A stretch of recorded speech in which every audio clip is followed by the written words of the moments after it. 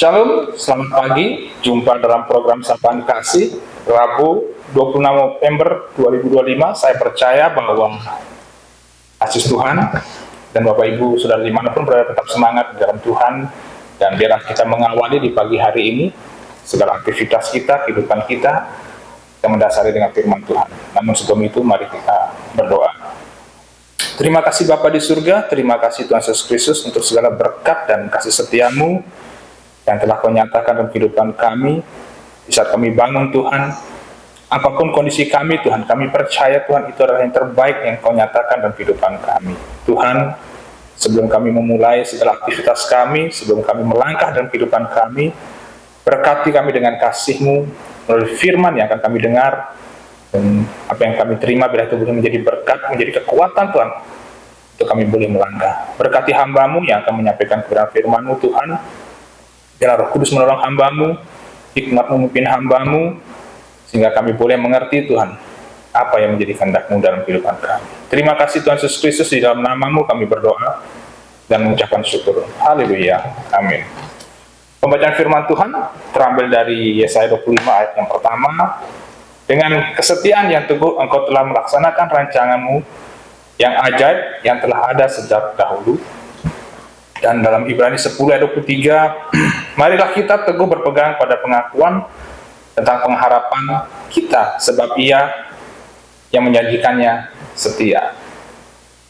Judul perenungan firman Tuhan itu di bacaan pujian janji, percaya pada kesetiaan dan janji Tuhan. Ada pertanyaan buat kita semua, dan saya percaya itu juga menjadi pertanyaan Bapak Ibu, Saudara, bahwa yang paling mahal di dunia pada saat sekarang ini adalah kesetiaan.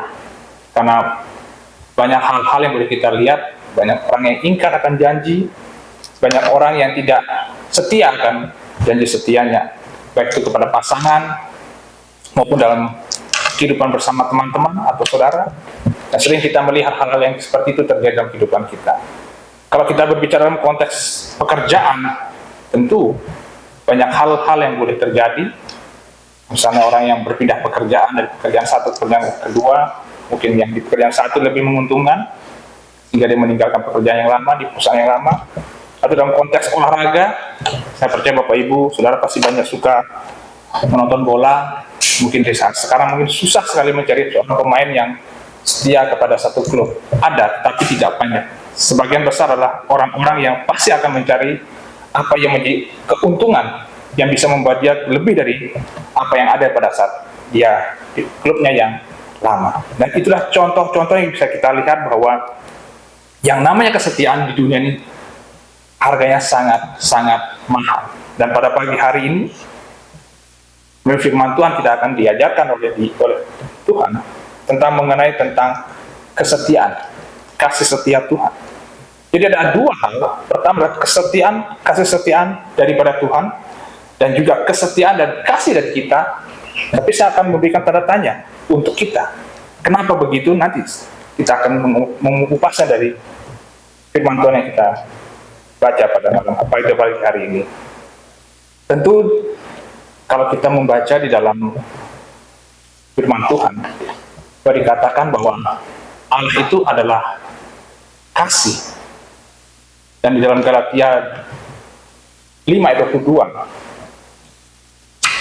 buah dari kesetiaan itu adalah kasih. Buah-buah roh itu adalah salah satunya adalah kesetiaan. Jadi kalau kita berbicara tentang Allah, kita tahu dan kita percaya bahwa natur Allah adalah kasih, natur Allah adalah kesetiaan atau setia. Kalau Bapak Ibu bisa membaca di Galatia 5 ayat 22, begitu banyak buah-buah roh yang kita bisa lihat. Di situ kelemah lembutan, banyak Bapak Ibu. Tetapi yang mau saya tekankan adalah bahwa Allah itu adalah naturnya adalah kasih, dan Allah naturnya adalah setia. Lalu bagaimana dengan kita? Jadi saya katakan bahwa kesetiaan kita masih ada tanda tanya. Ya, saya mau katakan bahwa kita harus jujur bahwa setiap kita lahir ke dunia ini, anak kita pribadi-pribadi yang sesungguhnya belum memiliki kesetiaan. Kenapa saya bisa berkata seperti itu? Ambil contoh, jika kita memiliki seorang anak yang lahir, tentu anak itu perlu dirawat. Dan tentu yang merawat anak itu belum tentu adalah orang tuanya. Mungkin karena orang tuanya sibuk dengan pekerjaan, dia bisa menitipkan kepada kakek neneknya, atau kepada orang tuanya, atau mungkin menitipkan kepada baby sister. Dan apa yang kita bisa lihat dari perkara ini, bahwa anak kecil itu akan menjadi lebih setia atau lebih mengenal kepada siapa yang mengasuh dalam kehidupannya dia di saat dia sedang bertumbuh, lebih dekat kepada siapa yang memeliharanya, lebih dekat kepada siapa yang merawat dalam hidupnya. Dan itu adalah natur dari kita sebagai orang-orang di dunia ini, bahwa kita akan semakin dekat, kita akan menjadi orang yang setia kepada sesuatu yang membuat kita aman, membuat sesuatu kita menjadi mendapatkan suatu keuntungan. Itu yang akan terjadi. Boleh saya katakan bahwa kesetiaan kita itu terbentuk oleh karena lingkungan yang kita miliki dari kita kecil sampai kita besar. Tetapi yang menjadi pertanyaan buat kita, bagaimana kesetiaan yang Tuhan inginkan dalam kehidupan kita. Kalau kita melihat dalam Yesaya 25 ayat 1, di situ dikatakan bahwa dia dengan teguh menetapkan rancangan yang ajaib, setia kepada apa yang dia janjikan kepada bangsa Israel. Jadi mau saya katakan bahwa kesetiaan Allah itu nyata, sudah ada di dalam kehidupan kita. Yang menjadi masalah kita adalah di saat ini cara kita merespon akan kesetiaan Allah yang selalu menjadi masalah dalam kehidupan kita. Banyak mungkin perkara-perkara yang mungkin membuat kita menjadi orang-orang yang meragukan janji Tuhan, meragukan kasih Tuhan, meragukan kesetiaan Tuhan.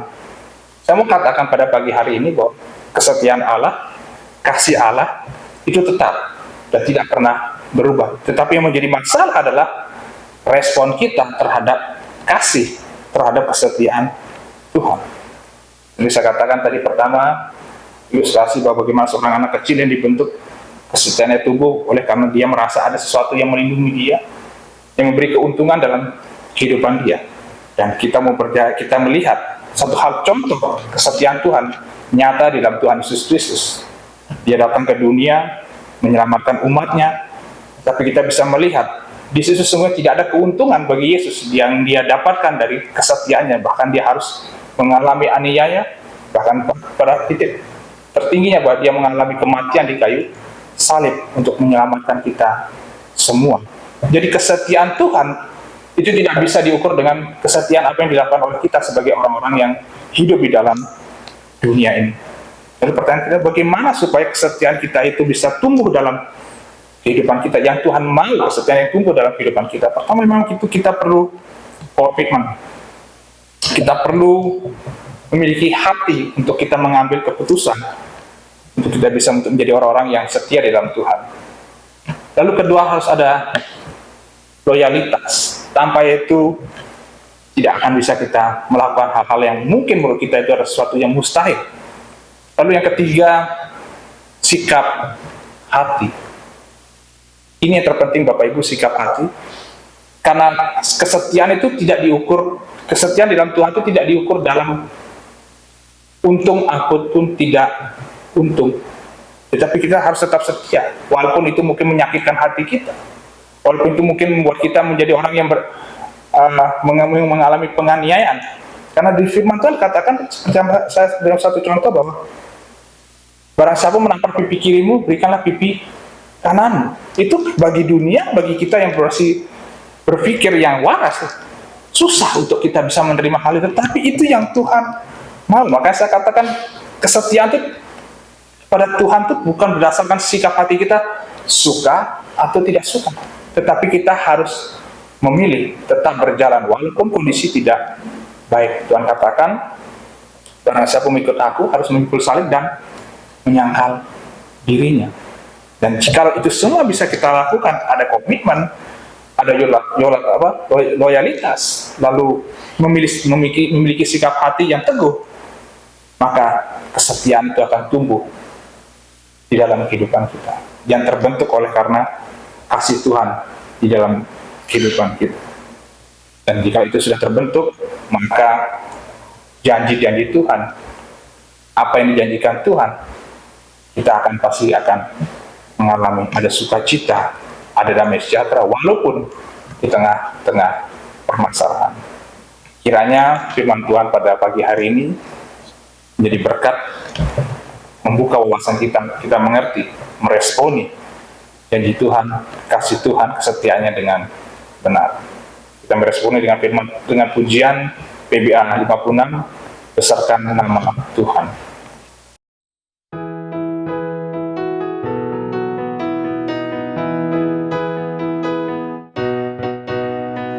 Besarkan nama Tuhan, pujilah Dia,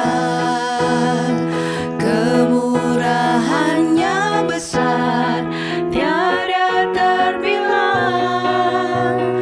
Aku tak dapat balas betapa besar kasih-Nya.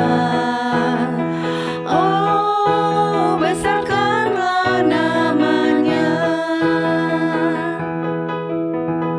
Tuhan yang ajaib, Tuhan yang kuasa, Tuhan yang menolong hidupku, Tuhan yang ajaib, Tuhan yang kuasa, jiwaku ditebus oleh-Nya.